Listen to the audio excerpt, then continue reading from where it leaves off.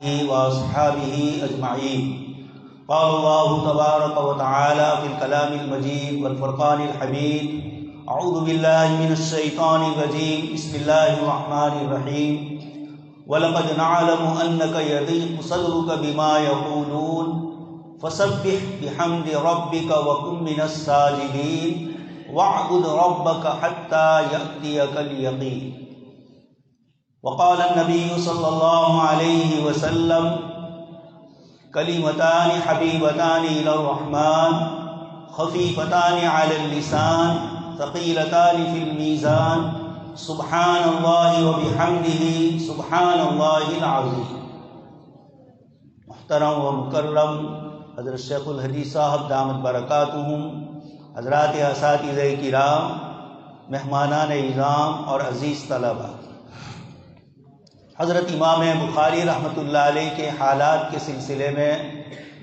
بہت سی چیزیں سبق کے شروع میں آپ سن چکے ہیں، اور اسی طرح ابھی بھی حضرت مفتی صاحب دامت برکاتہم نے کچھ باتیں ہمارے سامنے ذکر فرمائی. حضرت امام بخاری رحمۃ اللہ علیہ نے یہ کتاب بخاری شریف جو لکھی، اس کتاب میں الگ الگ عنوان قائم کر کے آپ نے کتاب التوحید تک، کتاب الایمان سے کتاب التوحید تک کل 97 یا 98 کتابیں ذکر فرمائی. کتاب میں کتاب ہے، کتاب الصلاۃ، کتاب الایمان، کتاب التوحید، یہ سب آپ سن چکے ہیں. تو مجموعی طور پر بخاری شریف میں جو کتابیں ہیں یہ 97 یا 98، اور پھر اخیری جو کتاب ہے کتاب التوحید، اس کتاب میں آپ نے 58 ابواب قائم فرمائے. اور پھر ان ابواب میں یہ آخری باب قول اللہ تعالی وَنَضَعُ الْمَوَازِينَ الْقِسْطَ لِيَوْمِ الْقِيَامَةِ کو ذکر فرمایا. حضرت امام بخاری رحمۃ اللہ علیہ نے کتاب التوحید میں اللہ تبارک و تعالیٰ کی صفات کو ذکر فرمایا. قرآن کریم کی آیات سے استدلال کرتے ہوئے، اسماء حسنی کو ذکر کرتے ہوئے، اور اسی طرح کتاب اللہ میں جہاں اللہ تبارک و تعالیٰ کی اثباتی اور منفی صفات کو ذکر فرمایا گیا، جہاں یہ فرمایا گیا کہ اللہ تبارک و تعالیٰ ایسے نہیں ہے، لم یلد ولم یولد، نہ اس نے اولاد جنی نہ وہ کسی سے پیدا ہوئے، یہ صفات کہی جاتی ہے منفی صفات. وَلَمْ يَكُنْ لَهُ كُفُوًا أَحَدٌ، اس کے برابر کا، اس کے مثل کا کوئی نہیں. یہ صفات کہلائی جاتی ہے منفی صفات، نیگیٹو صفات. اور اس کے مقابلے میں اثباتی صفات ہیں. پورا قرآن کریم بھرا پڑا ہے اللہ پاک کی طاقت سے، اس کی قدرت، اس کی سطوت اور اس کی عظمت اور کبریائی کو بیان کرنے سے. حضرت امام بخاری رحمۃ اللہ علیہ نے اس آخری کتاب میں جو ابواب ذکر فرمائے، ہر باب کے شروع میں آپ نے کتاب اللہ کی کوئی ایسی آیت ذکر کی جس میں اللہ تبارک تعالیٰ کی کوئی ایک صفت وہاں کتاب اللہ سے یا احادیث مبارکہ سے مروی ہوتی ہے. امام بخاری رحمۃ اللہ علیہ اس کو ترجمۃ الباب بناتے ہیں. اس طریقے سے حضرت امام بخاری رحمۃ اللہ علیہ نے یہ جو 58 ابواب قائم فرمائے، اس میں آخری باب وَنَضَعُ الْمَوَازِينَ الْقِسْطَ کا قائم فرمایا. ان 58 ابواب میں 31 ابواب وہ ہے جس میں حضرت امام بخاری رحمۃ اللہ علیہ نے اللہ پاک کی صفت کلام کو ذکر فرمایا، روایتیں لائے، آیات لائے، اور ان سب میں جو نتیجہ نکلتا ہے وہ یہی کہ امام بخاری رحمۃ اللہ علیہ اللہ پاک کے کلام کو کلام اللہ غیر مخلوق، کہ یہ قرآن کریم اللہ پاک کا کلام ہے، یہ مخلوق نہیں ہے، یہ خالق کی صفت ہے. لم یزل ولا یزال، جیسے اللہ پاک کی ذات عالی ہے، اس کی یہ تمام صفات بھی لم یزل ولا یزال. امام بخاری رحمۃ اللہ علیہ کو یہ باب اس لیے قائم کرنے پڑے، اور کتاب التوحید کے ذریعے اللہ پاک کی صفت کلام کو مجموعی 58 ابواب میں سے 31 ابواب میں اس لیے ذکر کرنا پڑا کہ اسی زمانے میں، بلکہ امام بخاری رحمۃ اللہ علیہ سے پہلے کچھ لوگ ایسے پیدا ہوئے جنہوں نے دین اسلام میں اور خاص کر کے عقائد کے باب میں، اللہ پاک کی صفات کے باب میں لوگوں کے درمیان بہت ساری غلط باتیں رائج کی اور کسی نہ کسی طرح اللہ پاک کی صفات کا انکار کیا۔ چاہے یہ شک پیدا کیا کہ الگ الگ صفات مان کر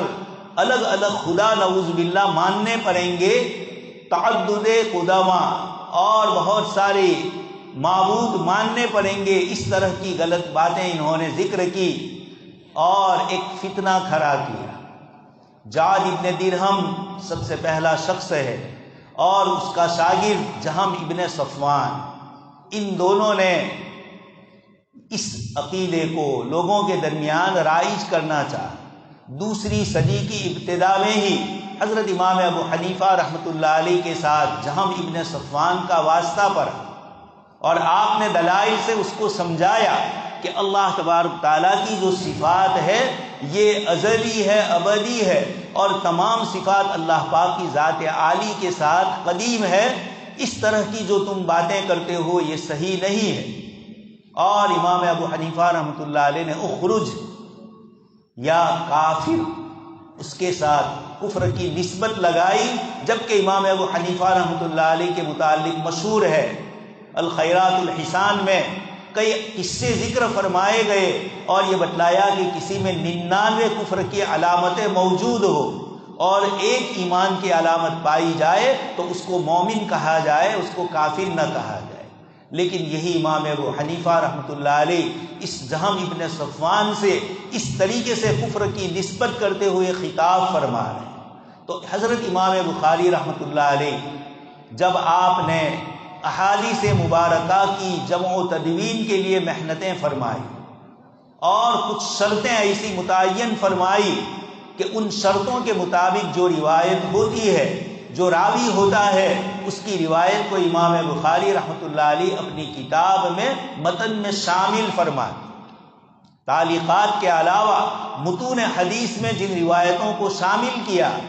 عموماً اور اکثری اعتبار سے اصول حدیث کے ماہرین کا کہنا ہے کہ یہ تمام وہ روایتیں ہیں جو حضرت امام بخاری رحمۃ اللہ علیہ کی کڑی شرطوں پر اتر رہی ہے اور اس کی بنیاد پر آپ نے ان روایتوں کو متن حدیث میں جگہ عطا فرمائی۔ اس کے ساتھ حضرت امام بخاری رحمۃ اللہ علیہ کو اللہ پاک نے وہ حافظہ عطا فرمایا تھا، وہ سوجھ بوجھ، استنباط اور استدلال کی وہ صلاحیت عطا فرمائی تھی کہ کتاب اللہ کی آیات سے اور احادیث مبارکہ سے آپ ایسے لطیف اور باریک استدلالات فرماتے ہیں جہاں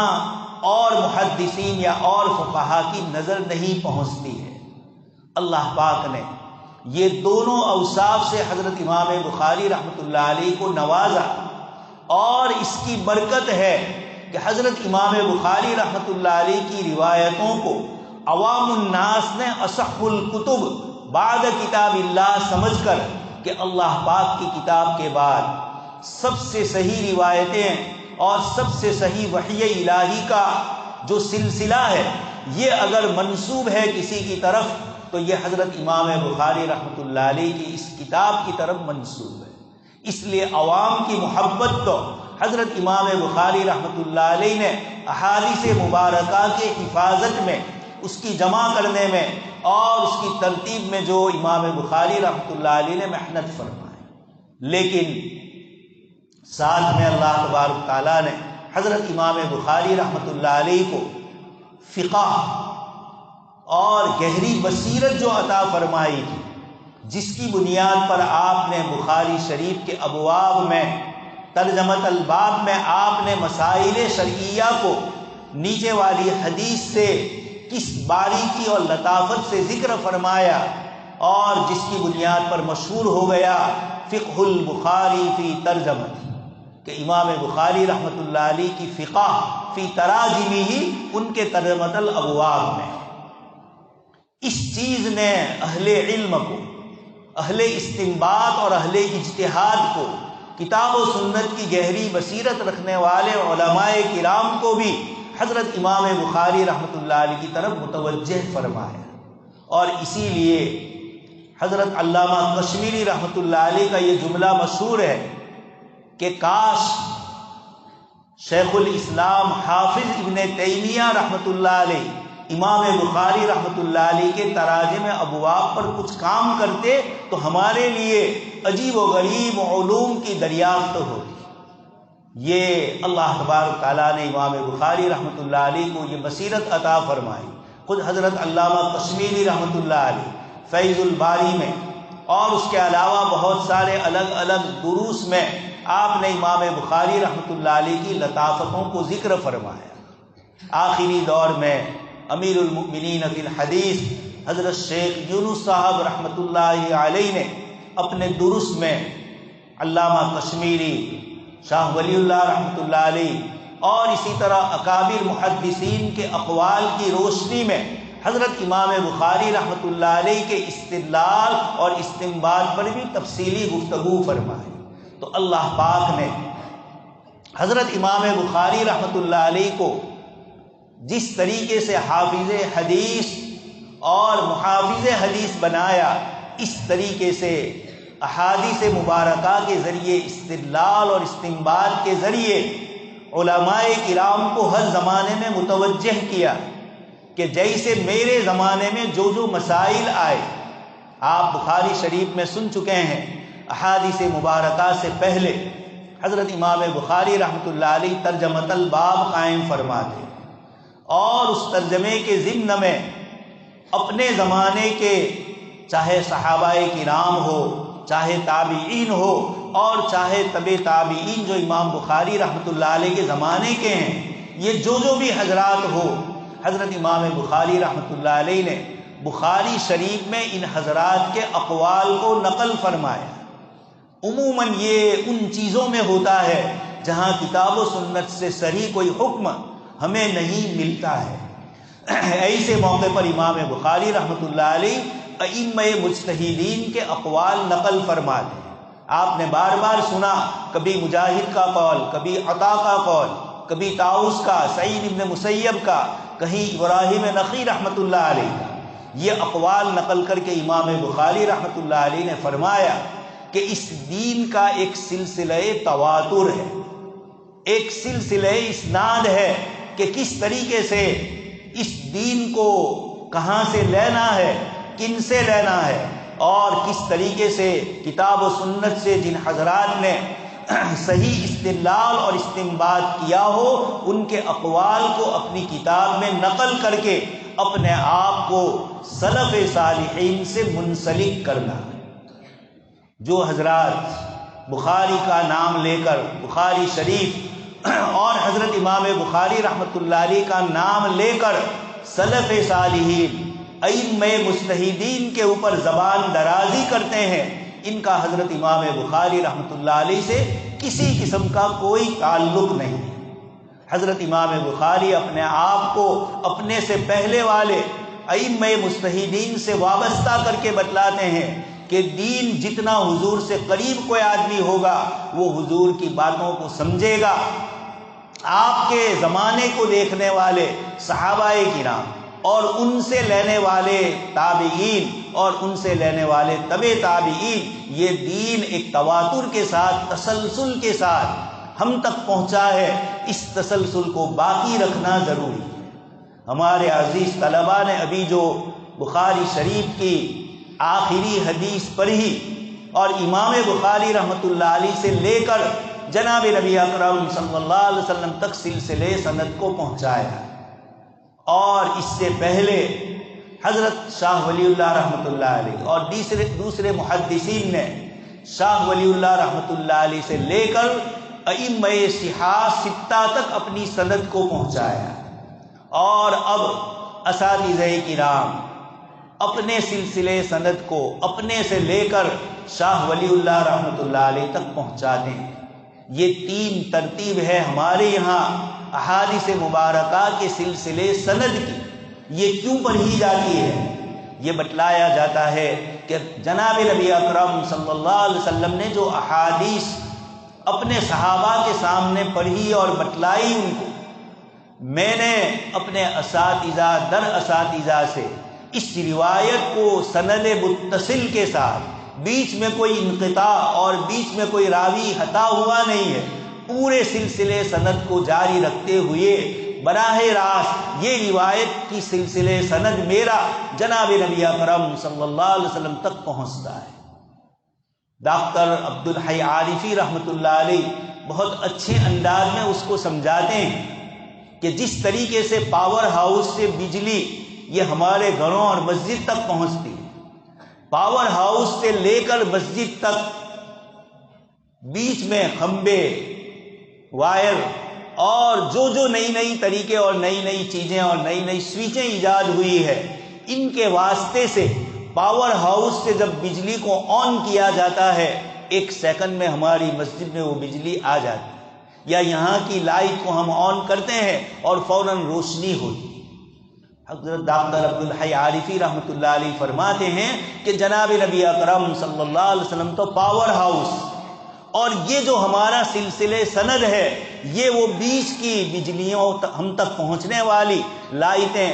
کھمبے اور جو بھی چیزیں ہیں یہ بیچ کے واسطے ہے۔ اگر یہ منقطع ہو جائے تو پاور ہاؤس سے چاہے بجلی آن کی جائے یہاں لائٹ نہیں جلے گی، اس لیے یہ سلسلۃ الذہب ہے۔ حضرت امام بخاری رحمۃ اللہ علیہ نے بھی اپنے سے لے کر جناب نبی اکرم صلی اللہ علیہ وسلم تک جتنے راوی ہے ان تمام کو ذکر فرمایا،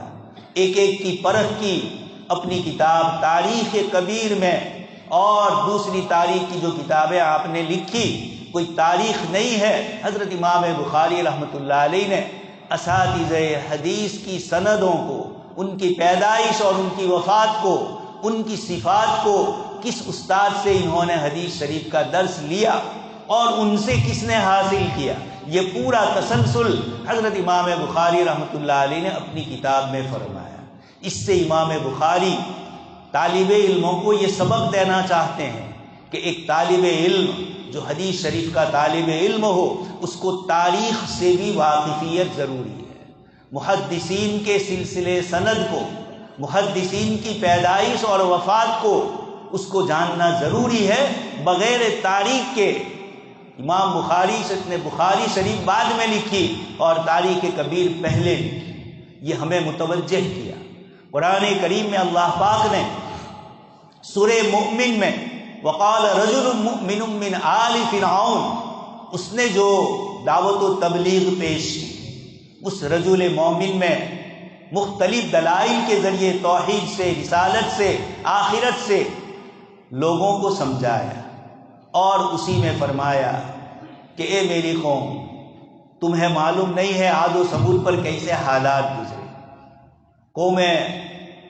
پچھلی جو اللہ کے رسولوں کی نافرمانی کرنے والی تھی ان کو کس طریقے سے اللہ تبارک تعالیٰ کی طرف سے حالات پیش آئے،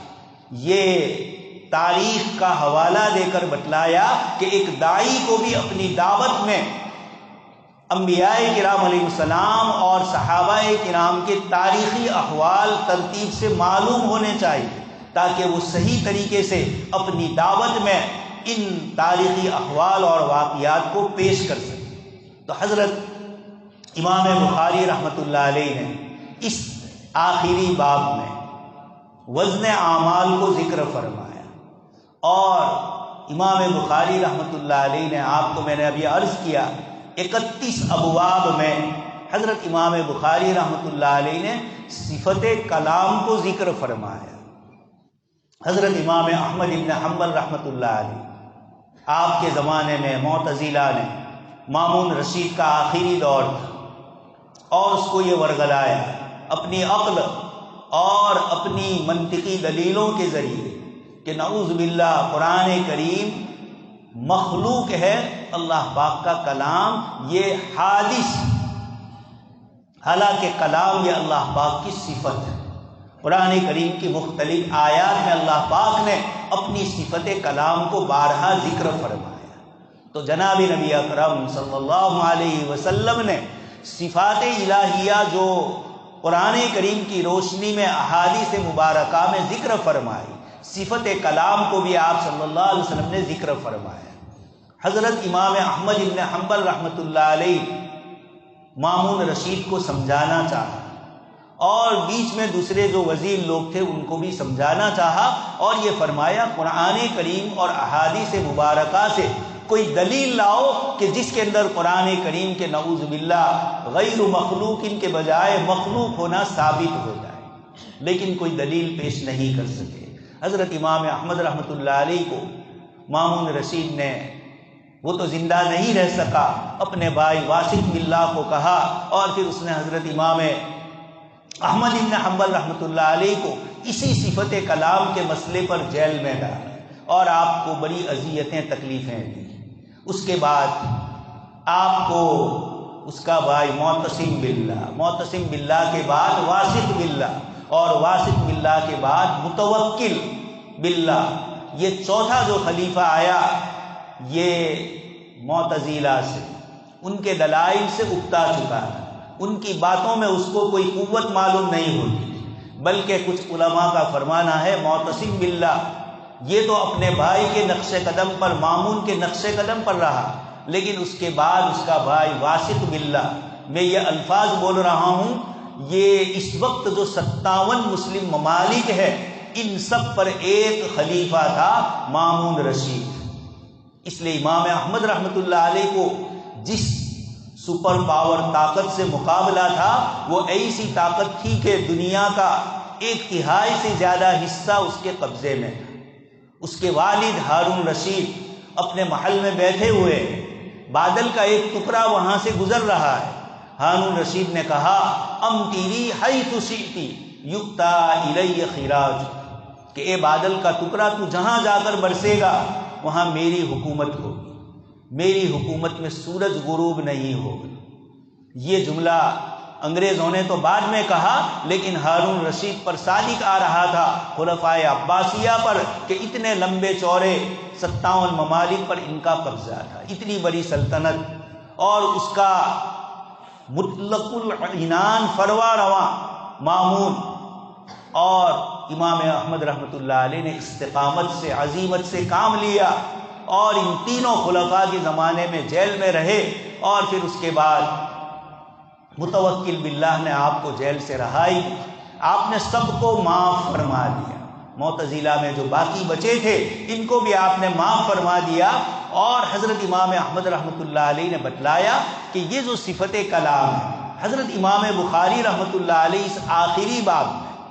ایک طرف معتزلہ، جہمیہ، کرامیہ، قدریہ، اس زمانے میں جتنے بھی باطل جماعتیں تھیں، باطل فرقے تھے، عقائد کے اندر جو اہل سنت والجماعت سے الگ ہٹ کر اپنا ایک الگ مسلک اپنائے ہوئے تھے، حضرت امام بخاری رحمۃ اللہ علیہ نے اپنے اس آخری کتاب التوحید میں اور ان آخری ابواب میں صفت کلام کے ذریعے ان تمام لوگوں کا رد فرمایا، اور اس کے ساتھ امام بخاری رحمۃ اللہ علیہ نے ایک اور مسئلے کو بھی ذکر فرمایا، تلاوت اور مطلوع کا مسئلہ۔ اس مسئلے کا تعلق حضرت امام احمد بن حنبل رحمۃ اللہ علیہ کے ماننے والے کچھ غالی لوگ، جنہوں نے معتزلہ سے الگ ہٹ کر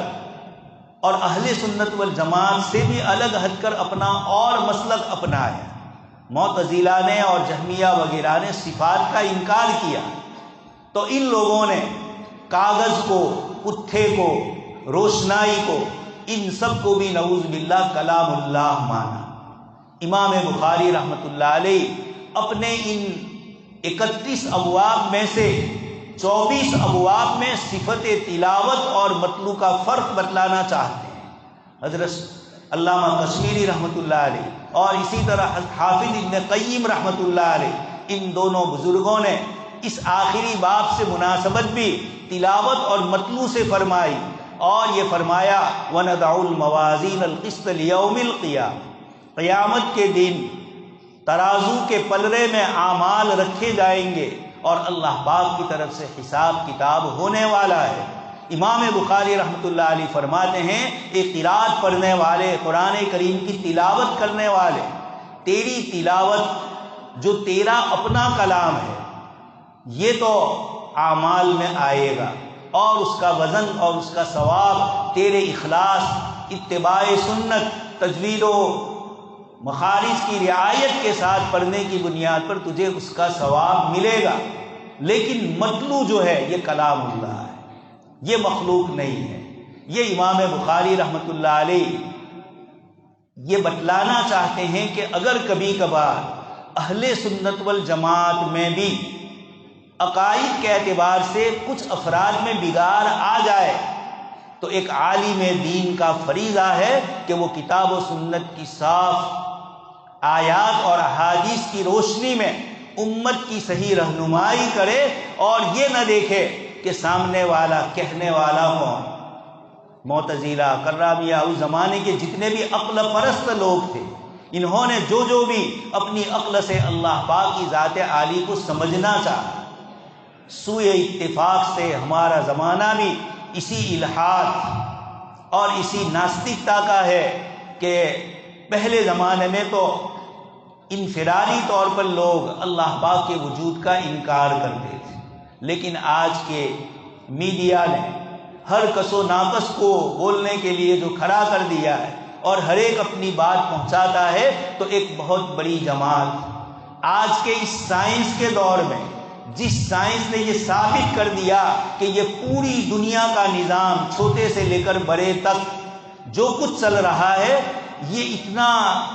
منظم چل رہا ہے، اتنا ترتیب سے چل رہا ہے، سیکنڈوں کے حساب سے، جس میں ادھر ادھر نہیں ہوتا ہے، چاہے سورج کا نظام، چاند کا نظام، سیاروں کا نظام ہو، زمین کا اپنے محور پر پرتھوی کا خود گھومنا، اور ہزاروں اور لاکھوں چیزیں جو سائنس نے جن چیزوں کی تحقیق کی، اس نتیجے پر پہنچے کہ بغیر کسی منظم کے، بغیر کسی چلانے والی ذات کے یہ دنیا کا نظام نہیں چل سکتا، یہ صاف کہہ رہے ہیں۔ لیکن دوسری طرف آج کی دنیا میں کچھ لوگ ایسے ہیں جن کو سائنسی دلیل، عقلی دلیلیں بھی سمجھ میں نہیں آ رہی ہے۔ آپ سن چکے ہیں حضرت امام ابو حنیفہ رحمۃ اللہ علیہ کا اپنے زمانے کے دہریے سے مناظرہ ہوا۔ امام ابو حنیفہ رحمۃ اللہ علیہ جو وقت مقرر تھا اس پر وہاں نہیں پہنچے، سب لوگ پریشان ہیں کہ وقت ہو چکا ہے، اور امام ابو حنیفہ رحمۃ اللہ علیہ اللہ پاک کے وجود پر دلیل پیش کرنے کے لیے آ رہے ہیں، لیکن اب تک آئے نہیں، بالکل آخری وقت ہو رہا ہے۔ امام ابو حنیفہ رحمۃ اللہ علیہ مجلس میں پہنچے، اس وقت کا جو امیر اور بڑا تھا اس سے معذرت پیش کی کہ میرے آنے میں تاخیر ہو گئی، لیکن اس کی وجہ یہ ہوئی کہ میں دریا کے اس کنارے رہتا ہوں، میں دریا کنارے پر پہنچا، کوئی کشتی نہیں مل پائی، کافی دیر میں نے انتظار کیا، میں پریشان ہوا کہ میں وقت مقررہ پر نہیں پہنچوں گا۔ اتفاق سے میں نے دیکھا کہ سامنے ایک درخت تھا، وہ کٹ گیا خود بخود، اور کٹ کر اس کے پاتیے بن گئے، گجراتی میں جس کو پاتیے بولتے ہیں، تختے بن گئے، اور تھوڑی دیر کے بعد میں نے دیکھا کہ یہ تختے ایک دوسرے سے جڑ رہے ہیں اور ایک بڑی کشتی کی شکل بن گئی۔ میں اس میں بیٹھا اور یہاں آ گیا۔ اس دہریے نے کہا کہ بادشاہ سے یا جو خلیفہ یا جو ہوگا بڑا، اس سے کہا کہ یہ کیا باتیں کر رہے ہیں، درخت کٹا اور کٹ کر کشتی کی شکل بن گیا اور یہ بیٹھ کر یہاں آ گئے، آپ کی سمجھ میں کچھ آ رہا ہے؟ حضرت امام ابو حنیفہ رحمۃ اللہ علیہ نے فرمایا مناظرہ ختم ہو گیا، جواب ہو گیا، جب اتنی چھوٹی سی کشتی بغیر بنانے والے کے نہیں بن سکتی تو آسمان و زمین کا اتنا بڑا نظام بغیر کسی بنانے والے کے کیسے بن سکتا ہے؟ تو یہ ہر زمانے میں اس طرح عقل کے پرستار ہے۔ امام بخاری رحمۃ اللہ علیہ نے ان کو تو تسبیح پکڑوائی، سبحان اللہ و بحمدہ سبحان اللہ العظیم، کہ اللہ پاک کی ذات پاک ہے، بے عیب ہے، کسی بھی قسم کا عیب اور کسی بھی قسم کی تہمت تمہیں اگر اللہ پاک کے کسی کام میں رکاوٹ بنتی نظر آ رہی ہے تو یہ تمہاری اپنی نظر کی غلطی اور دھوکہ ہے۔ یہ چیز نہیں سمجھ پایا شیطان، اور اس نے سب سے پہلے خلقتنی من نار و خلقتہ من طین، کہ آپ نے مجھے آگ سے بنایا اور حضرت انسان کو آدم علیہ السلام کو من طین مٹی سے آپ نے بنایا۔ یہ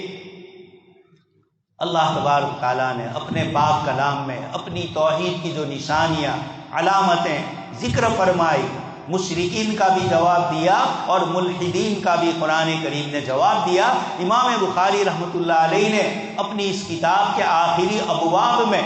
اتنی کثرت سے اللہ پاک کی صفات کو ذکر فرمایا ہے کہ اس کو پڑھنے کے بعد، اس کو سمجھنے کے بعد کسی انسان کے دل میں کوئی شک اور وسوسہ نہیں ہو سکتا۔ تو امام بخاری رحمۃ اللہ علیہ نے حضرت امام احمد بن حنبل رحمۃ اللہ علیہ کے مسلک پر چلتے ہوئے قرآن کریم کلام اللہ غیر مخلوق فرمایا۔ اور بھی کچھ مسائل آپ کو پیش آئے آپ کے زمانے میں، چونکہ آپ اعتدال میں رہ کر کچھ غالی درجے کے جو حنبلی علماء تھے ان کے مسلک کو واضح کرتے ہوئے ان کے سامنے کچھ باتیں وہ کہنا چاہتے تھے جو حضرت امام احمد بن حنبل رحمۃ اللہ علیہ کی طرف غلطی سے منسوب کر دی گئی۔ اس لیے حضرت امام بخاری رحمۃ اللہ علیہ کو آپ نے جیسے سنا، ایک جگہ سے دوسری جگہ گئے، ابھی وہاں پہنچے نہیں، اس سے پہلے آپ کے خلاف ماحول تیار ہوا، وہاں سے دوسری جگہ گئے، وہاں پہنچے نہیں کہ آپ کے خلاف، اور کون تھے وہ آپ جانتے ہیں، اہل علم ہی کا طبقہ تھا۔ آپ کے خلاف اس طرح کی چیزیں سرزد ہوئی اور آپ کو اپنے وطن عزیز سے نکل کر ایک ایسی جگہ پر آج بھی آپ کا مقبرہ ہے جو اس زمانے میں اتنا زیادہ مشہور نہیں تھا، سمرقند اور بخارا کے بیچ میں۔ اللہ تبارک تعالیٰ نے وہیں آپ نے دعائیں فرمائی اور اللہ تبارک تعالیٰ نے آپ کی روح کو قبض فرمایا۔ اس لیے عزیز طلبہ، عقائد حق کا بیان کرنا، صحیح دین متین کی باتیں بیان کرنا، یہ انبیاء کرام علیہ السلام کا طریقہ ہے۔ قرآن کریم نے انبیاء کرام علیہ السلام کی دعوت قرآن میں ذکر کر کے ہمیں بتلایا کہ کس طریقے سے باطل نظریات کا جواب حسن اسلوب سے، محبت اور پیار بھرے انداز میں دیا جاتا ہے۔ حضرت نوح علیہ السلام، حضرت صالح علیہ السلام، حضرت ہود علیہ السلام، قرآن کریم نے قوموں کے ساتھ کیا واقعات پیش آئے، قوموں نے نبیوں سے کیا گفتگو کی اور انبیاء کرام علیہ السلام نے کس طریقے سے ان کے جوابات دیے، قرآن نے یہ نقل کر کے اہل علم کو، اہل دعوت کو بتلایا کہ ایک داعی میں کیا صفات ہونی چاہیے، اپنی بات پر تو وہ مستقل رہے۔ وَاتْلُ عَلَيْهِمْ نَبَأَ نُوحٍ، حضرت نوح علیہ السلام کا قصہ قرآن نے ذکر فرمایا، ان کان کبر علیکم مقامی۔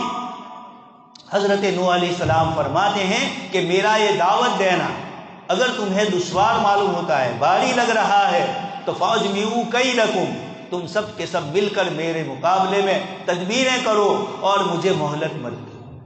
یہ نبی کی استقامت ہوتی ہے۔ امام بخاری رحمۃ اللہ علیہ نے بھی یہ استقامت قائم کی۔ اس کے بعد امام بخاری رحمۃ اللہ علیہ نے مختلف ابواب ذکر کرتے ہوئے آخری باب میں کلام اللہ کی آیت پیش فرمائی اور یہ ارشاد فرمایا وَنَضَعُ الْمَوَازِينَ الْقِسْطَ لِيَوْمِ الْقِيَامَةِ۔ اس میں لفظ موازین کا جمع ہونا، لیوم میں لام، اور آگے بھی قسط کے لفظ کے اوپر باب افعال سے اس کا مشتق ہونا، یہ جتنی باتیں ہیں اس کا تعلق ہدایت النحو اور قافیہ سے، علم الصیغہ سے ہے اور بلاغت اور فصاحت کی کتابوں سے ہے۔ یہ سب کچھ آپ پر کے دور حدیث میں تشریف فرما ہے، اس لیے یہ نحوی اور صرفی جو اشکالات اور جوابات شراح بخاری نے بہت تفصیل سے ذکر کیے ہیں، یہ آپ پڑھ چکے ہیں اور درس میں بھی ان کی باتیں آپ کے سامنے آ چکی ہے۔ اس لیے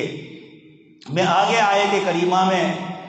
جو امام بخاری رحمۃ اللہ علیہ نے آیت کے بعد ذکر فرمایا، سب سے پہلے تو یہ فرمایا عدل کا ترازو، انصاف کا ترازو اللہ پاک کی طرف سے قائم ہوگا قیامت کے دن۔ جن لوگوں نے اشکالات اور اعتراضات کیے کسی زمانے میں، اب وہ اشکال اور اعتراض باقی نہیں رہے۔ آج کی سائنس نے جواہرات کو بھی اور عرض کو بھی تول کے بتلا دیا۔ جواہرات کو تو سب جانتے ہیں، جو چیز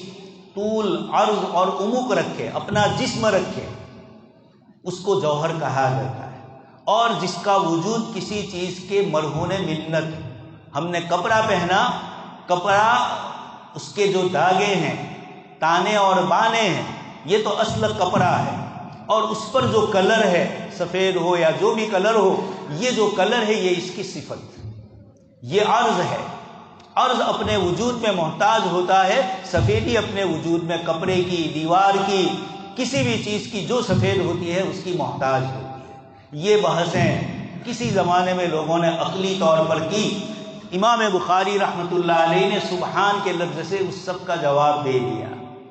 آپ صلی اللہ علیہ وسلم کی معراج پر مکہ کے مشرکین کو اعتراض ہو سکتا تھا، اور بعد میں ہوا بھی. اللہ پاک نے اس واقعے کو ذکر فرمایا، سبحان الذی اسری بعبدہ، پاک ہے وہ ذات جو رات کے وقت اپنے بندے کو لے چلا مسجد حرام سے مسجد اقصی تک. اور سورہ قلم میں اللہ تبارک تعالیٰ نے آگے ارشاد فرمایا،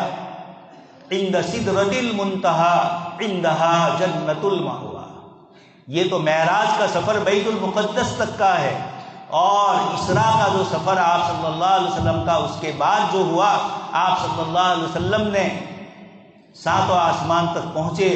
آپ جلالین میں اور تفسیر کی کتابوں میں آپ صلی اللہ علیہ وسلم کے اس سفر کے واقعے کو سن چکے ہیں. پوچھا گیا کیا بلائے گئے ہیں یا خود آئے؟ فرمایا بلایا گیا. مرحبا بالنبی صالح بالاخی صالح، اس قسم کے جملوں سے انبیاء کرام علیہ السلام نے آپ صلی اللہ علیہ وسلم کا آسمانوں پر استقبال فرمایا. حضرت تھانوی رحمۃ اللہ علیہ نے ان تمام نبیوں کے نام کو ایک ساتھ جمع کر دیا اور ایک جملہ بنایا، احیاہم، ان سب کو پیچھے چھوڑ دیا اور آگے بڑھ گئے. آپ بوستا میں سن چکے ہیں، اگر یکسر موئے برتر پرم فروغ تجلا بے سوزت پر، کہ اگر میں ایک پل کے برابر بھی آگے بڑھوں. حضرت جبرائیل علیہ السلام سدرۃ المنتہا پر اٹک گئے، اور آگے کا سفر آپ صلی اللہ علیہ وسلم نے تنہا فرمایا. اور حضرت مولانا ادریس کاندھلوی رحمۃ اللہ علیہ فرماتے ہیں، تصریف اقلام، تقدیر کا جو قلم چل رہا تھا اور اس کی جو تک تک کی آواز تھی، آپ صلی اللہ علیہ وسلم نے اس کو بھی سنا، جنت اور جہنم کو دیکھا. تو یہ وہ نبی ہے جن کا مشاہدہ اللہ پاک نے آسمان پر بلا کر جنت اور جہنم کا، اور لِنُرِيَهُ مِنْ آیَاتِنَا الْكُبْرَى، اپنی بڑی بڑی نشانیاں اللہ پاک نے جناب نبی اکرم صلی اللہ علیہ وسلم کو بتلائی. اور اب آپ صلی اللہ علیہ وسلم دنیا کے سامنے اس جنت اور جہنم کے، جہنم میں جو احوال دیکھے، مختلف اعمال کی سزائیں دیکھی، جنت میں جو آپ صلی اللہ علیہ وسلم نے مختلف اعمال پر اللہ پاک کی طرف سے انعامات سے نوازے گئے، یہ چیزیں آپ نے دیکھی اور آپ صلی اللہ علیہ وسلم نے اس کو بتلایا. کچھ لوگوں نے اعتراض کیا معراج پر، تو علامہ اقبال رحمۃ اللہ علیہ نے ایک شعر میں جواب دیا، سبق ملا یہ معراج مصطفیٰ سے مجھے، سبق ملا یہ معراج مصطفیٰ سے مجھے، کہ عالم بشریت کی زد میں ہے گردوں. کہ مجھے معراج کے سبق سے، یہ معراج کے سفر سے مجھے یہ سبق ملا، پوری دنیا کو یہ سبق ملا کہ عالم بشریت کی زد میں ہے گردوں. اب یہ جو آسمانی نظام اور اوپر کا جو نظام ہے، اب بشر اور انسان اوپر کا سفر کرے گا. آپ صلی اللہ علیہ وسلم نے سفر کر کے اس راستے کو روحانی اعتبار سے بتلا دیا. حضرت عیسیٰ علیہ السلام کی امت نے، بلکہ امت محمدیہ نے پہلے، حضرت مولانا مفتی محمد تقی صاحب عثمانی دامت برکاتہم نے جہان دیدہ میں ایک چھوٹا سا قصہ ذکر کیا کہ ایک جگہ پر آپ تشریف لے گئے اور وہاں دیکھا ایک مینارے کے اوپر چمڑے کے پر وہاں رکھے ہوئے ہیں. پوچھا گیا یہ کیا ہے؟ فرمایا کہ کسی زمانے میں ایک مسلمان سائنٹسٹ تھا اور اس نے ان پروں کے ذریعے یہاں سے وہاں تک کا سفر، ہوائی جہاز تو بعد میں نکلے، انہوں نے اس کا سفر اس وقت کر کے یہ کوشش کی کہ عالم بشریت کی زد میں یہ گردوں، یہ آسمان کیسے ہوتا ہے. تو اللہ تبارک تعالیٰ نے جناب نبی اکرم صلی اللہ علیہ وسلم کو معراج کا سفر کروایا تو یہ بتلایا کہ سبحان، اللہ پاک کی ذات بے عیب ہے، کہیں کسی کام کو بھی کرنا ہو مخلوق کے لیے مشکل ہوتا ہے۔ وَلَوْ أَنَّ مَا فِي الْبَحْرِ مِنْ شَجَرَةٍ أَقْلَامٌ وَالْبَحْرُ يَمُدُّهُ مِنْ بَعْدِهِ سَبْعَةُ أَبْحُرٍ مَا نَفِدَتْ كَلِمَاتُ اللَّهِ۔ اللہ پاک فرماتے ہیں ساتوں آسمان کا پانی روشنائی بن جائے اور جتنے درخت ہے یہ قلم بن جائے تب بھی ما نفدت کلمات اللہ، اللہ پاک کے کلمات ختم ہونے والے نہیں ہیں۔ اللہ پاک کی صفات کل یوم ہوا فی شان۔ حضرات مفسرین اس آیت کی تفسیر میں فرماتے ہیں کہ یہ تفسیر قیامت تک، بلکہ اللہ پاک کا ہر حال کل یوم ہوا فی شان، روزانہ اللہ پاک کی طرف سے اس کا مشاہدہ ہوتا ہے۔ کسی کی موت ہوتی ہے، کسی کو زندگی ملتی ہے، کوئی پیدا ہوتا ہے، کوئی مرتا ہے، کسی کو عزت دی جاتی ہے، کوئی ذلت کی پستی میں گرتا ہے۔ یرفع اقواما ویضع آخرین، کسی کو اللہ پاک بلندی پر پہنچاتے ہیں اور کسی کو نیچے رکھتے ہیں۔ یہ کل یوم ہوا فی شان، ہر روز اس کی اپنی شان ہے۔ روزانہ صبح ہوتی ہے، شام تک پہلے تو خبریں آتی تھی، اب تو ایک ایک سیکنڈ کی خبر آپ کو ملتی رہتی ہے، اور یہ خبریں کیا ہے؟ کل یوم ہوا فی شان کا مظاہرہ کر رہی ہے۔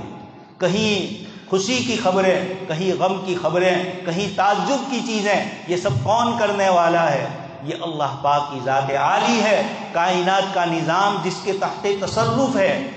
ایک گھڑی کے لیے بھی سیدنا موسیٰ علیہ السلام نے پوچھا کہ باری تعالی کہ آپ کو اونگ آ سکتی ہے؟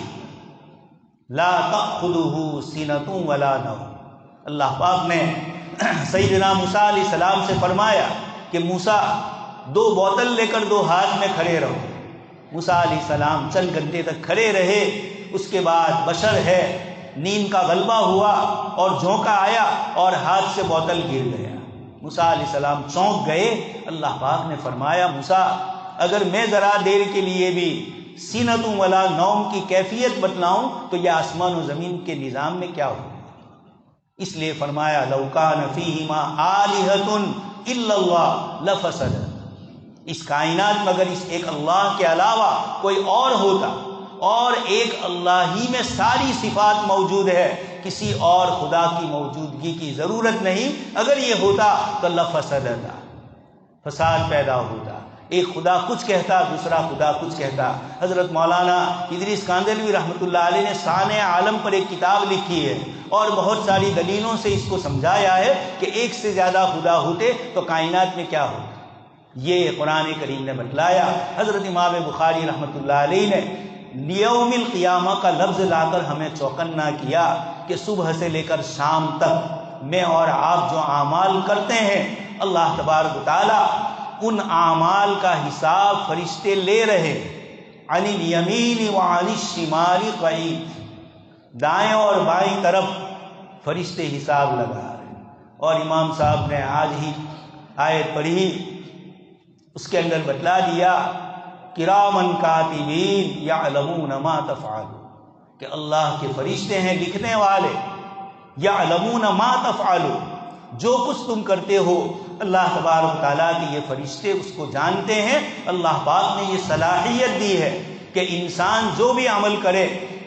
یہ فرشتے اس کو محفوظ کرتے ہیں۔ اس لیے امام بخاری رحمۃ اللہ علیہ کتاب کے آخر میں یہ باب لا کر بتلا رہے ہیں کہ انسانوں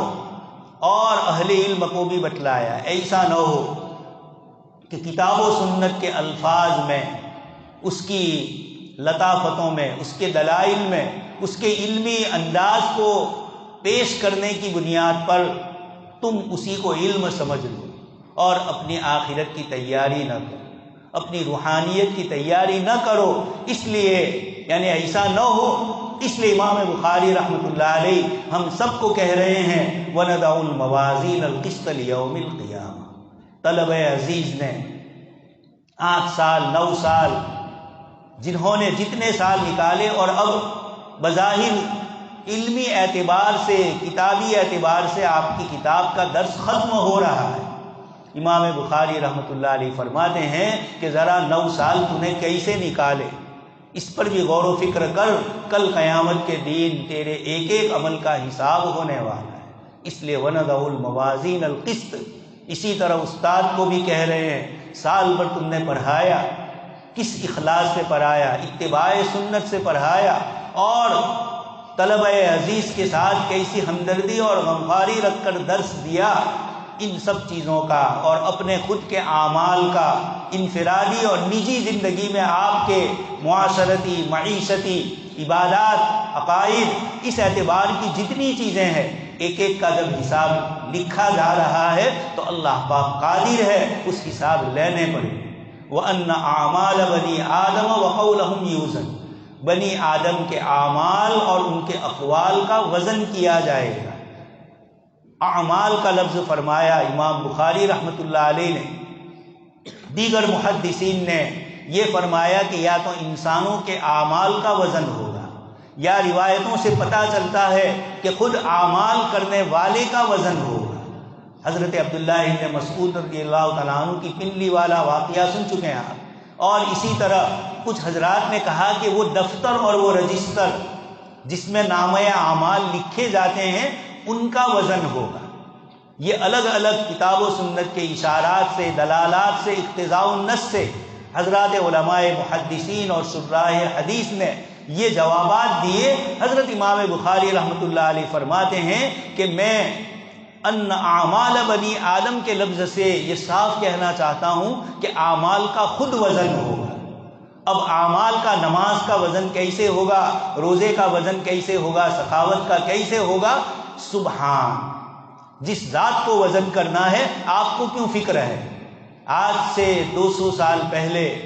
سائنس نے ترقی نہیں کی تھی تو بہت سی چیزیں اس زمانے کے لوگوں کی سمجھ میں نہیں آ رہی، لیکن آج اتنا فاسٹ اور اتنا تیز رفتاری کے ساتھ زمانہ گزر رہا ہے، ٹیکنالوجی اور سائنس کی ایجادات نے روز بروز اتنا آدمی کو متحیر کر دیا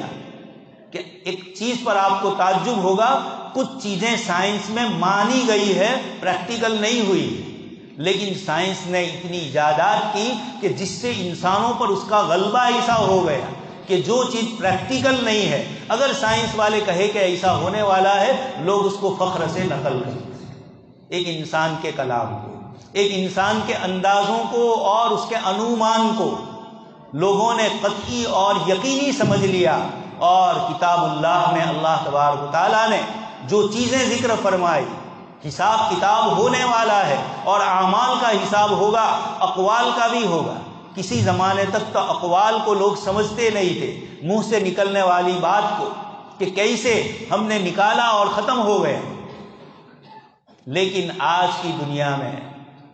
انسانوں کے اقوال کو بھی وزن کیا جاتا ہے، انسانوں کے اقوال کے ٹیمپریچر کو دیکھا جاتا ہے، اس کے قلب کے ٹیمپریچر کو دیکھا جاتا ہے۔ انسانوں کی باتوں کو محفوظ کرنے کے لیے ایک موبائل میں کتنا سسٹم ہے، ایک جگہ سے نکل گیا دوسری جگہ محفوظ ہوتا ہے۔ یہ اللہ پاک نے مشاہدہ کر کے بتلایا کہ تم ایک بات بولتے ہو اور تمہارے موبائل میں اگر کئی الگ الگ ایپس ہے تو ان میں سے جو بھی ریکارڈنگ والے ایپس ہوتے ہیں ان سب میں تمہاری بات چلی جاتی ہے۔ کئی مرتبہ ایسا ہوتا ہے کہ ایک میں وہ بات نہیں ہوتی ہے اور دوسرے میں سے نکل آتی ہے۔ یہ اقوال کا جب ٹیمپریچر دیکھا جاتا ہے، اقوال کو ناپا جاتا ہے، اللہ تبارک و تعالیٰ نے ہم سب کو بھی بتلایا، ما یلفظ من قول الا لدیہ رقیب عتید۔ اے انسان، تیری زبان سے ایک لفظ نہیں نکلتا مگر رقیب عتید، اللہ پاک کا فرشتہ ہے نگران، وہ ہر چیز کو ریکارڈ میں رکھ لیتا ہے۔ اللہ پاک کو ان چیزوں کی کوئی ضرورت نہیں ہے، لیکن علماء محدثین فرماتے ہیں کل قیامت کے دن، آپ روایت حافظ ابن کثیر رحمۃ اللہ علیہ سے سن چکے ہیں، بندہ یہ کہے گا کہ آج کے حساب کے دن آپ کے فرشتوں پر مجھے بھروسہ نہیں، آپ کے نامہ اعمال لکھنے والوں پر بھروسہ نہیں، ہر چیز کا وہ انکار کرے گا۔ اللہ تبارک تعالیٰ فرمائیں گے پھر کون گواہ؟ وہ کہے گا میں خود اپنی طرف سے گواہ، کفا بنفسک الیوم علیک حسیبا۔ اللہ پاک نے اس کا جواب دے دیا، تو خود ہی اپنا حساب کرے گا۔ اور کتاب اللہ میں ذکر فرمایا الیوم نختم علی افواہہم، اللہ پاک خود منہ پر تالا لگا دیں گے، وتکلمنا ایدیہم، ہم بات کریں گے، قرآن نہیں فرما رہا ہے وتکلمنا ایدیہم، ہم سے تمہارے ہاتھ بات کریں گے، وَتُكَلِّمُنَا أَيْدِيهِمْ وَتَشْهَدُ أَرْجُلُهُمْ، تمہارے پیر گواہی دیں گے۔ حدیث شریف میں ہے بائیں ران گواہی دے گی۔ صحابی رضی اللہ تعالیٰ عنہ اس کو تفصیل سے ذکر فرماتے ہیں۔ تو حضرت امام بخاری رحمۃ اللہ علیہ کتاب کے ختم ہونے پر، سال کے ختم ہونے پر ہمیں اللہ پاک کی طرف متوجہ کر رہے ہیں۔ زندگی کے سال بھی پورے ہو رہے ہیں، کسی کو کوئی گارنٹی نہیں، اس لیے انسان ہر وقت اپنے اعمال اور اپنے اعمال کو جمع لائے، اور اقوال میں قول واحد سے بھی ہے ایک نسخہ، اور ایک نسخے میں اقوال بھی ہے۔ حضرت شیخ زکریہ رحمۃ اللہ علیہ فرماتے ہیں کہ اعمال کو جمع اس لیے لائے کہ سر سے لے کر پیر تک بدن کے بہت سارے اعضاء ہیں جن سے عمل کا صدور ہوتا ہے، اور قول کا، بات کا صدور صرف زبان سے ہوتا ہے۔ اس لیے اس کو واحد لائے اور اعمال کو جمع لائے، اور اشارہ کر دیا کہ صرف کسی ایک عمل سے نہیں، صبح سے لے کر شام تک تیری زندگی میں بہت سارے اعمال ایسے ہوتے ہیں جس کا تجھے احساس نہیں ہوتا ہے۔ حدیث شریف میں آپ سن چکے ہیں کہ اللہ کے نبی صلی اللہ علیہ وسلم نے فرمایا کہ انسان اپنی زبان سے کوئی بات نکالتا ہے، اس کو اس کی پرواہ نہیں ہوتی ہے، لیکن وہ بات اتنی قیمتی ہوتی ہے کہ اللہ تبارک تعالیٰ اس کو اس کے لیے جنت کا سبب بنا دیتا ہے۔ اسی حدیث شریف میں آگے ہے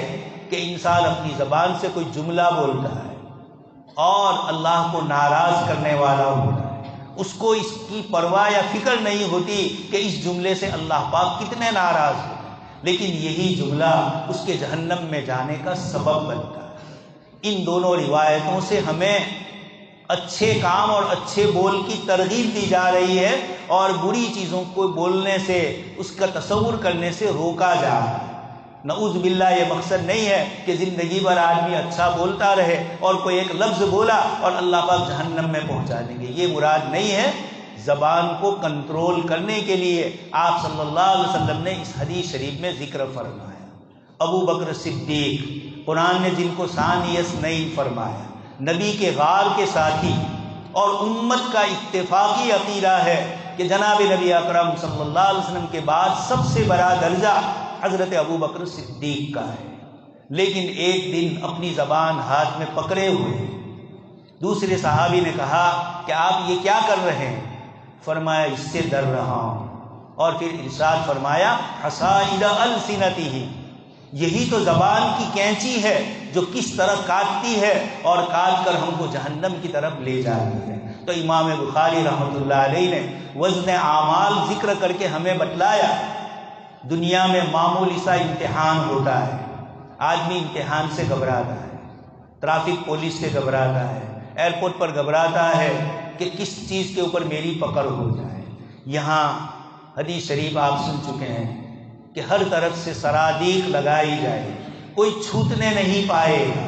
کوئی کتنی کوشش کرنا چاہے، کتاب اللہ کے آیات سے پتہ چلتا ہے کہ کسی کو کسی طرح کی کوئی چھٹکنے کی گنجائش نہیں ہوگی۔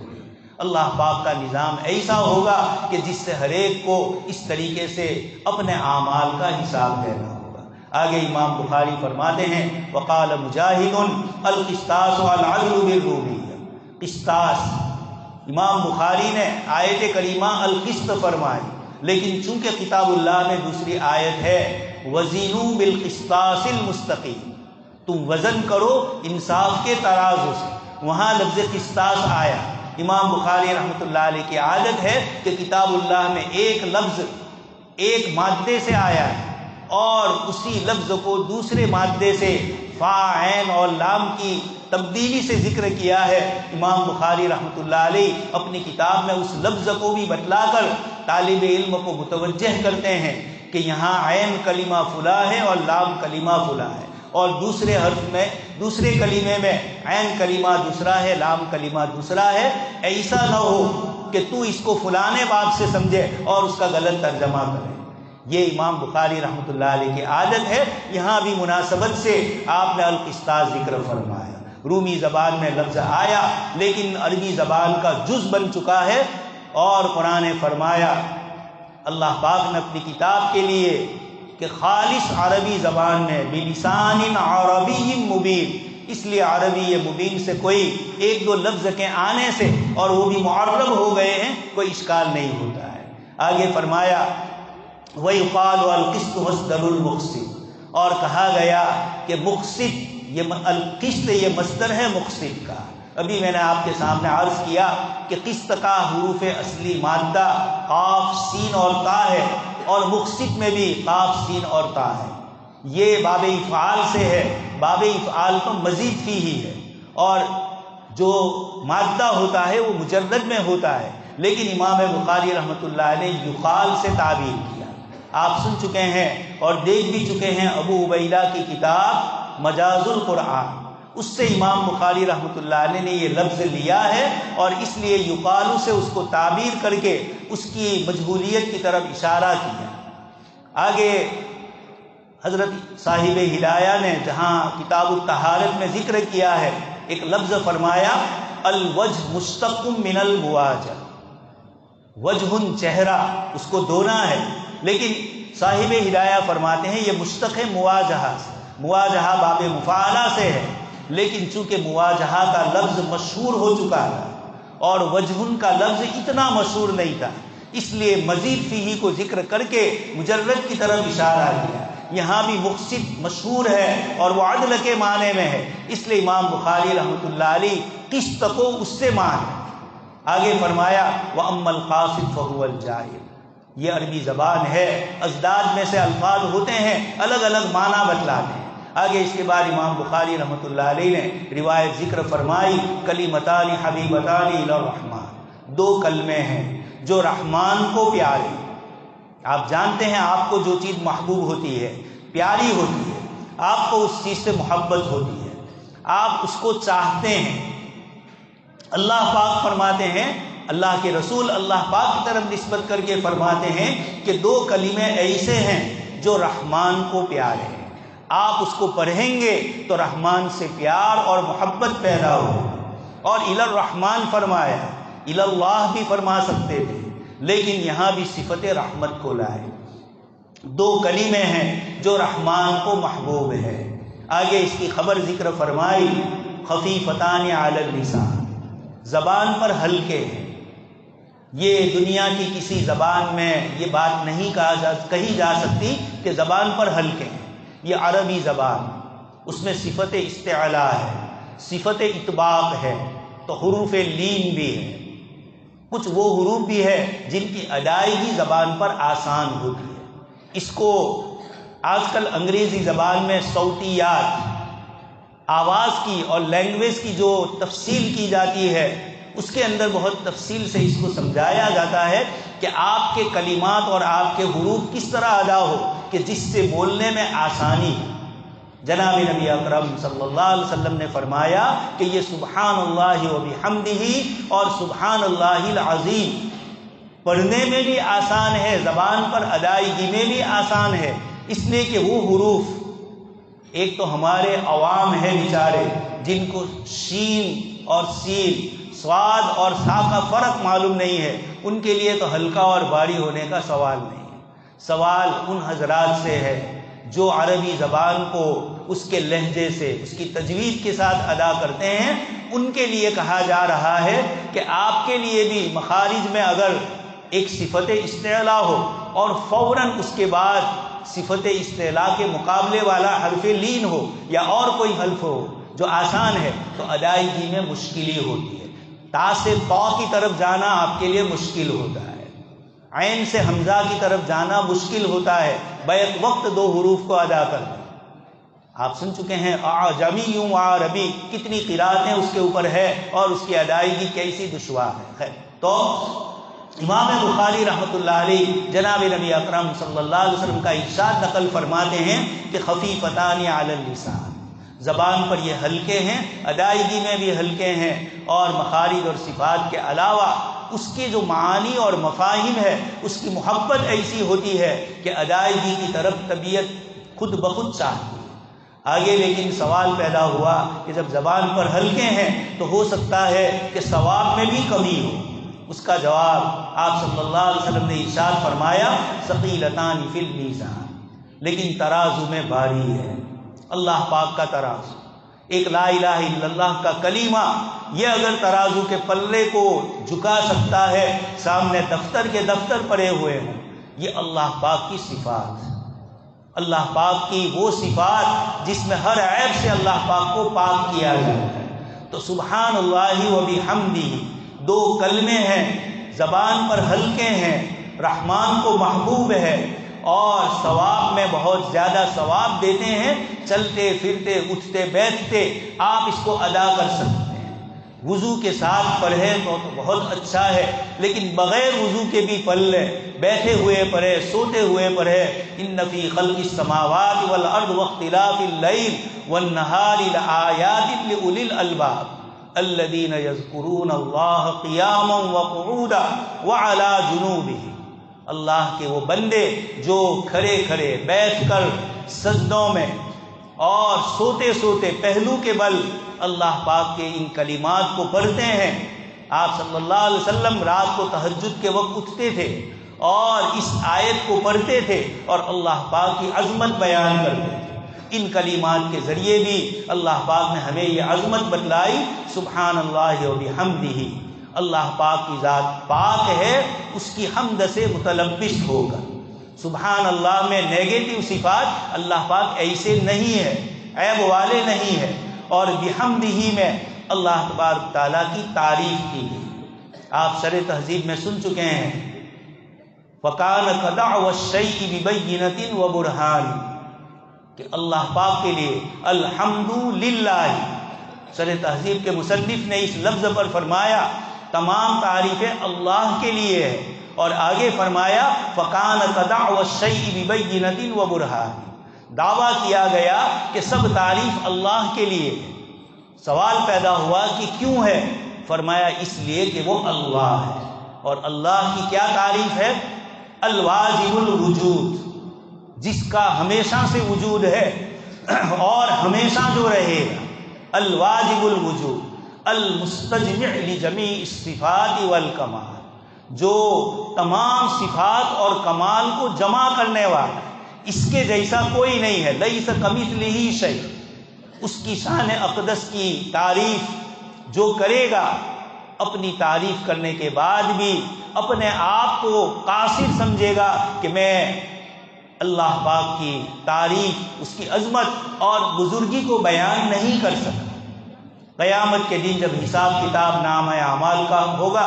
اس سے پہلے لوگ پریشان ہوں گے۔ جناب نبی اکرم صلی اللہ علیہ وسلم کے پاس لوگ جائیں گے، الگ الگ جاتے ہوئے حضور کے پاس۔ آپ صلی اللہ علیہ وسلم بارگاہ رب العزت میں جائیں گے، ہر نبی دوسرے نبی کے سر پر ڈال دیں گے۔ حضرت آدم کہیں گے ابراہیم کے پاس، نوح علیہ السلام کے پاس جاؤ، اور وہاں سے حضرت عیسیٰ علیہ السلام آپ صلی اللہ علیہ وسلم کی طرف نسبت کریں گے۔ وہیں حدیث شریف میں ہے، آپ صلی اللہ علیہ وسلم فرماتے ہیں میں بارگاہ رب العزت میں سجدہ ریز ہوں گا، میں سجدے میں چلا جاؤں گا، اور اللہ پاک میری زبان سے وہ کلمات اللہ پاک کی تعریف کے، اس کی بزرگی کے اور اس کی عظمت کے نکالیں گے جو مجھے اب معلوم نہیں ہے۔ اس وقت ہی اللہ پاک کی طرف سے ان کلمات کو حضور کے قلب پر القاء کیا جائے گا، اور آپ صلی اللہ علیہ وسلم اللہ پاک کی تعریف کے وہ کلمات کہیں گے۔ تو یہ ایسے ہیں کہ اللہ تبارک تعالیٰ کی تعریف کبھی ختم نہیں ہوتی۔ ابھی میں نے آپ کے سامنے آیت پڑھی، تو سبحان اللہ و بحمدہ، یہ پورا کلمہ مل کر اللہ پاک کی صفت جمال کو ذکر کرتا ہے، اور سبحان اللہ العظیم یہ اللہ پاک کی صفت جلالیت کو ذکر کرتا ہے۔ اللہ پاک جیسے غفور الرحیم ہے، یہ تو سبحان اللہ و بحمدہ سے معلوم ہوا، تو وہ القہار ہے، اننی انا اللہ الغفور الرحیم۔ اللہ پاک فرماتے ہیں کہ میں غفور الرحیم ہوں، اور اسی وقت اللہ پاک اپنی ان صفات کو بھی ذکر کرتے ہیں جو صفات جلالیہ ہیں۔ اس لیے آگے فرمایا سبحان اللہ العظیم، جلال اور جمال والی دونوں صفتیں مل کر بندے کے دل میں اللہ پاک کی محبت پیدا ہوتی ہے اور خشیت پیدا ہوتی ہے، خوف پیدا ہوتا ہے۔ انبیاء کرام علیہ السلام، جو ابھی میں نے آپ کے سامنے قصہ ذکر کیا شفاعت کا، ہر نبی اس وقت نفسی نفسی کہیں گے، اور یا رب امتی حضور فرمائیں گے۔ یہ کیوں ہے؟ انبیاء کرام علیہ السلام نے جواب بھی دیا ہے کہ اگر اللہ پاک یہ پوچھ لے کہ اے آدم تم نے دانا کیوں کھایا تھا، میں جواب نہیں دے سکتا۔ نوح علیہ السلام نے فرمایا کہ میں نے ان ابنی من اہلی کہا تھا، اور اللہ پاک مجھ سے پوچھ لے کہ نوح تم نے یہ جملہ کیوں کہا تھا، تو میں جواب نہیں دے سکتا۔ تو امام بخاری رحمۃ اللہ علیہ نے سبحان اللہ العظیم کے ذریعے خشیت الہی ہمیں بتلائی، اللہ پاک کا خوف اور خشیت بتلایا، اور قرآن نے فرمایا انما یخشی اللہ من عبادہ العلماء۔ حضرت تھانوی رحمۃ اللہ علیہ فرماتے ہیں کہ قرآن کی اس آیت میں علماء کو اللہ پاک نے یہ فرمایا کہ اللہ پاک کی خشیت، محبت کے ساتھ اللہ پاک کا ڈر اور اللہ پاک کی عظمت، یہ اہل علم کا خاصہ ہے۔ یعنی قرآن اور حدیث پڑھنے والوں کو اللہ پاک سے سب سے زیادہ محبت کے ساتھ خشیت والا ہونا چاہیے، اس لیے کہ جتنی معرفت اور پہچان کتاب و سنت کے ذریعے اللہ پاک نے ان کو دی ہے، اور دوسرے بندے اللہ پاک کی ان صفات کو نہیں جانتے ہیں، اس لیے اہل علم کو سب سے زیادہ خشیت ہو۔ امام بخاری رحمۃ اللہ علیہ اس آخری جملے کے ذریعے مجھے اور آپ کو متوجہ کر رہے ہیں کہ اللہ تبارک تعالیٰ کی تسبیح، اللہ پاک کی تحمید بھی اپنی زندگی کا وظیفہ بنائے۔ سوویت یونین جو کمیونسٹ تھا، رشیا نے جب بہت سارے ملکوں پر قبضہ کر لیا اور ایک یونین بنایا تھا، 15 ملک اس سے آزاد ہو کر نکلے، جس کو یہ نگل چکا تھا۔ یہ سوویت یونین کا صدر تھا، اور اسٹالین یہ مرنے کے آخری گھڑی میں اللہ اللہ بول رہا۔ کسی نے اس کو کہا کہ آپ تو کمیونسٹ ہو، آپ تو خدا کے وجود کے انکار کرنے والے ہو، کمیونسٹ کی بنیاد ہی خدا کے انکار پر ہے، اور یہ آپ کیسے اللہ اللہ بول رہے؟ اس نے کہا مانتا تو ابھی بھی نہیں ہوں، لیکن کیا کروں،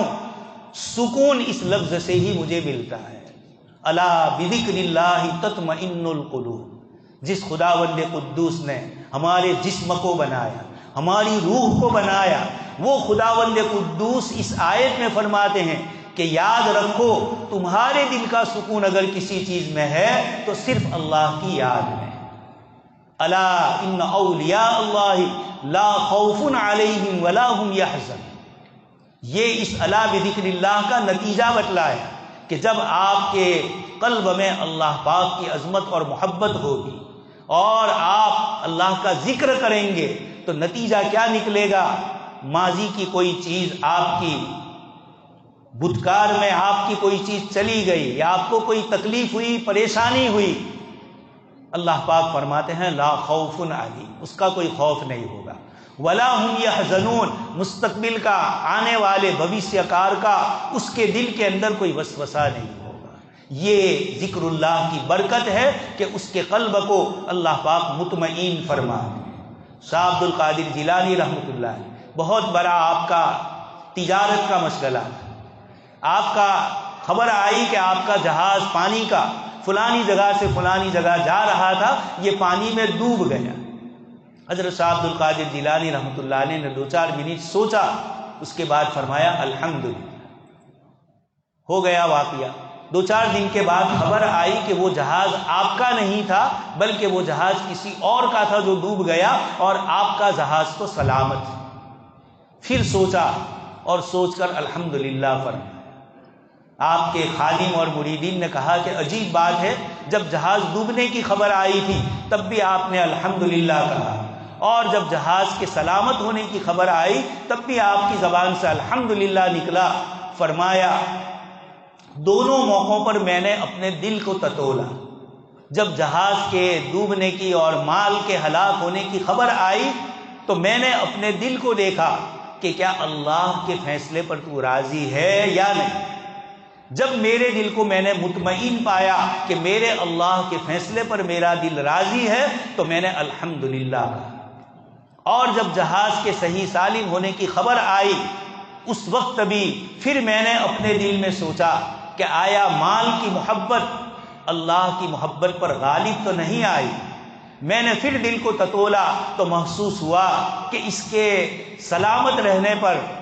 اللہ کی حمد تو کی جائے گی، اور کی انہوں نے، لیکن دل میں دیکھا کہ مال کی محبت سے میرا دل مال کی طرف مائل نہیں ہوا، تو میں نے الحمدللہ کہا۔ حضرت امام بخاری رحمۃ اللہ علیہ ہمیں بھی الحمدللہ سبحان اللہ و بحمدہ کے ذریعے ترغیب دے رہے ہیں کہ اللہ پاک کا ذکر اور اللہ پاک کی یاد میں اپنے آپ کو لگاؤ گے تو زندگی کا چین اور سکون ملے گا۔ اللہ پاک سے دعا ہے کہ اللہ تبارک تعالی ہم سب کو کہیں سنی باتوں پر عمل کرنے کی توفیق نصیب فرمائے۔ آمین۔ وآخر دعوانا الحمد